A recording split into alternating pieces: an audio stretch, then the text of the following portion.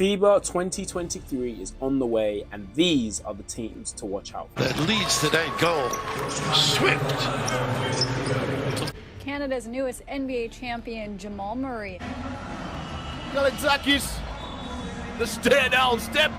They do have a timeout. Decide not to use it. Curry, way downtown. Hi, my name is Rotimi. I love basketball. I love to talk basketball, and I hope one day you can share that same love for basketball as I.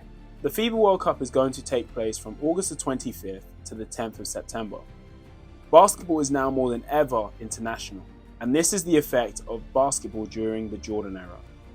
Since then, the global level of basketball has increased, especially with the rise of generational talents like Dirk Nowitzki, Giannis, Jokic, and Luka Dončić. These players alone take their teams from nothing to competitors. If Team USA slip up with their roster decisions, they will be treading on thin ice. Once upon a time, the gap between Team USA and the rest of the world was through the roof, but now things are closer than ever. Now, getting to the list. I made this list using the rankings, but also using my knowledge and judgment, because at the end of the day, there are some NBA players we have never seen play for their home teams as they've entered their prime. And that's why my first team is Canada. Team Canada are deep. Two-way Lou Dort, Kelly Olynyk, Corey Joseph, Nickeil Alexander-Walker, and Dwight Powell. There is also Dylan Brooks, but we're not going to talk about him. We're going to talk about Jamal Murray. Jamal Murray is a reigning NBA champion. We've already established that he's a natural killer, and yes, we see him play with his star counterpart Nikola Jokic, but that does not take away from his ability to play one-on-one basketball. This man averaged 26 points and 7 assists on 40% shooting from the three-point line in the playoffs, and averaged 32.5 points against the best team in the West, the Lakers, and they swept them. At the point guard position, I don't think there's going to be anyone in the tournament that's going to be able to stop him from scoring. Now, if that is the case, here are two reasons why it won't hurt Canada.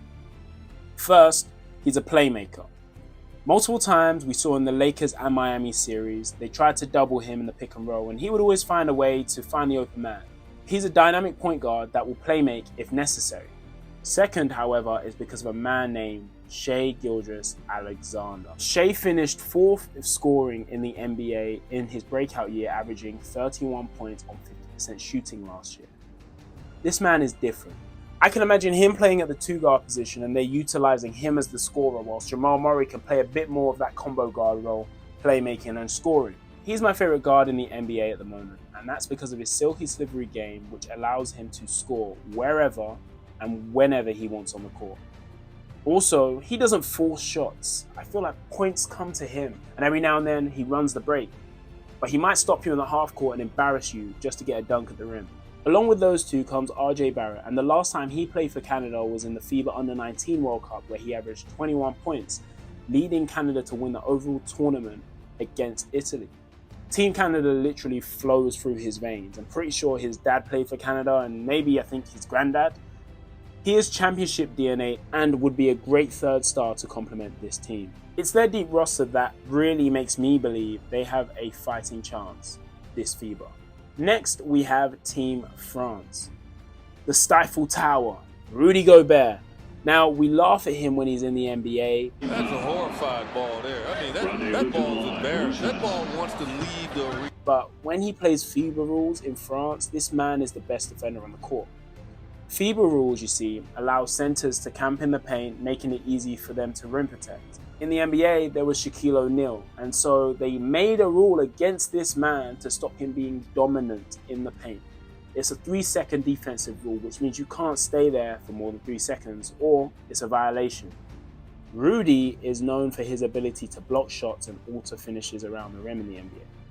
So in FIBA, he dominates, and there's no need for him to guard out on the perimeter. He's also a walking double-double who will average probably 2 blocks every night. His last season was an adjustment, but at the same time, he's still a top 5 center in the league.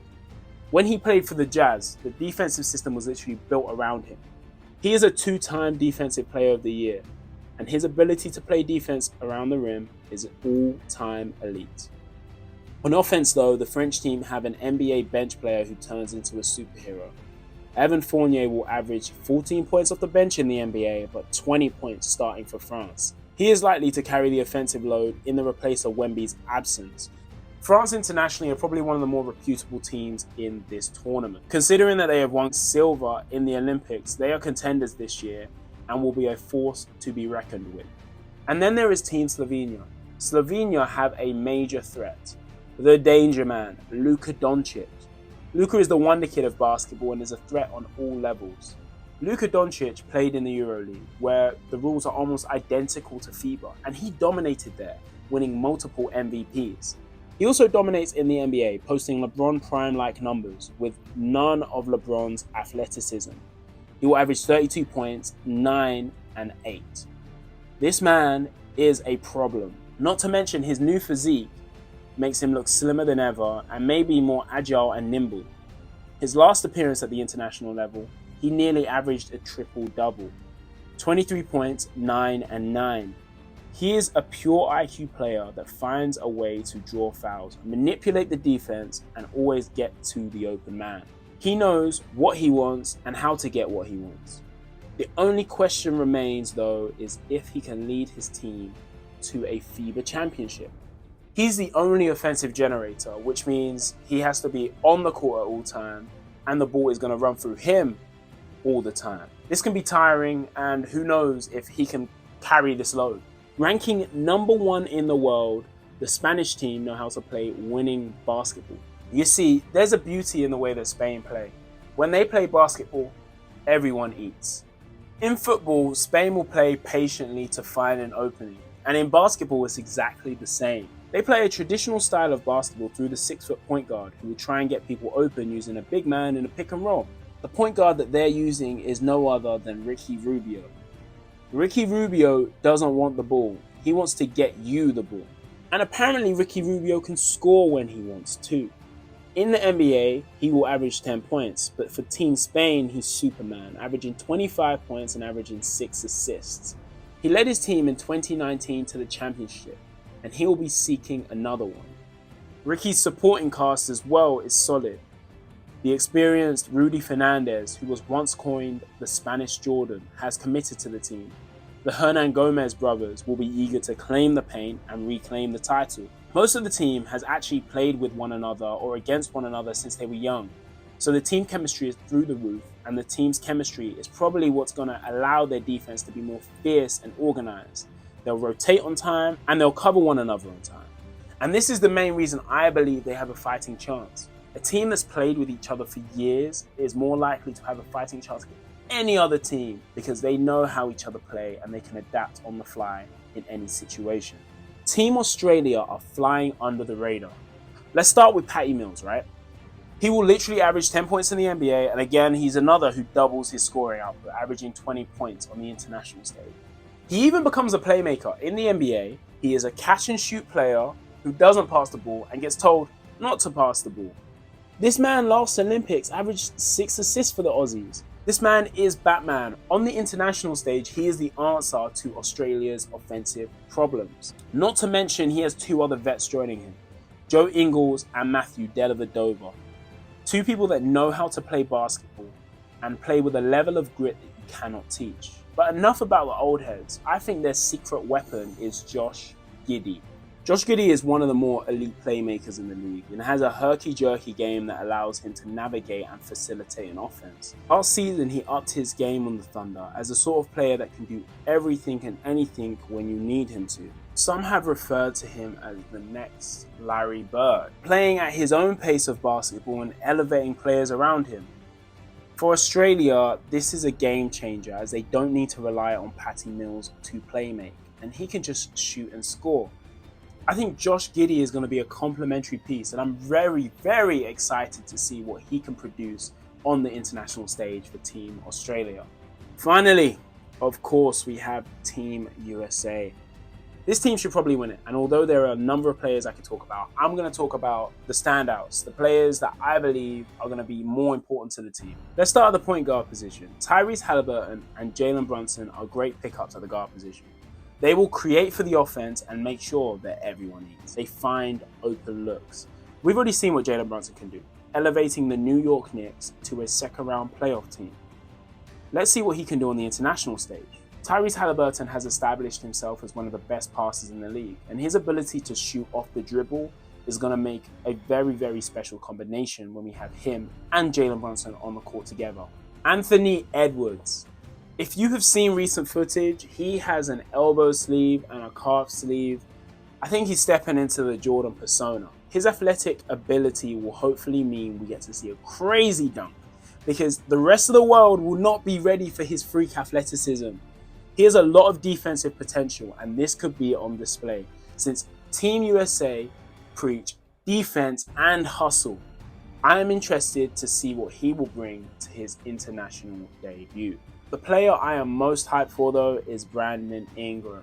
The mid-range is his paradise. His wiry and long frame makes him unguardable as he dances round defenders with his footwork to create space and rise up if he sees you under the rim. I'm expecting a big game from him. When he gets hot, no one's going to stop him. I might actually argue he's the most unguardable player on the team. On defense though, we got the lockups. Mikal Bridges. Mikal Bridges is going to hustle and space the floor. We know he can score, but he's going to play his role and play it to a T. He'll be there to guard the best player, and I promise you he will be the guy that fixes all the leaks to the US team on the perimeter. But then in the paint, we got the big man, Jaren Jackson Jr. Jaren Jackson Jr. is going to love FIBA rules. So Jaren Jackson Jr. is known for his paint presence, but he's also known for getting into foul trouble. Either way, he still led the league last year in blocks. Sitting in the paint without a time limit will make him more elite than ever. He'll be able to farm blocks for Team USA and make sure he has the paint on lock. Not to mention, he's a solid big defender when it comes to the perimeter, with speed and length to recover. He also has the ability to shoot and space the floor, which is going to open up the court for all of the slashing players on Team USA. Not only will he be able to guard everyone's bigs, but no one will be able to guard him. Team USA is practically a young NBA All-Star team. There will be expectations for them to perform and win a chip, so it's important for them to buy in from the beginning. All teams will be gunning for them, so if they don't play to their standard, games won't be as easy as they think. They did get cooked twice in a scrimmage by the US select team, which is pretty much the US second team. So could this be early signs of a disaster? No, because I have faith in them. Although they're a young, inexperienced team, I believe that this team has been built and put together well enough for them to excel on the international stage and win the FIBA World Cup of 2023. Now, I know I went through every single team quite briefly, so I'm very, very interested to hear your thoughts on players and your thoughts on teams. Who do you think has a chance? Who should we pay attention to? In the meantime, I want to say thank you very much for tuning in and getting to the end. Please like and subscribe. It means the world to me and allows me to keep making this content for you. Until next time.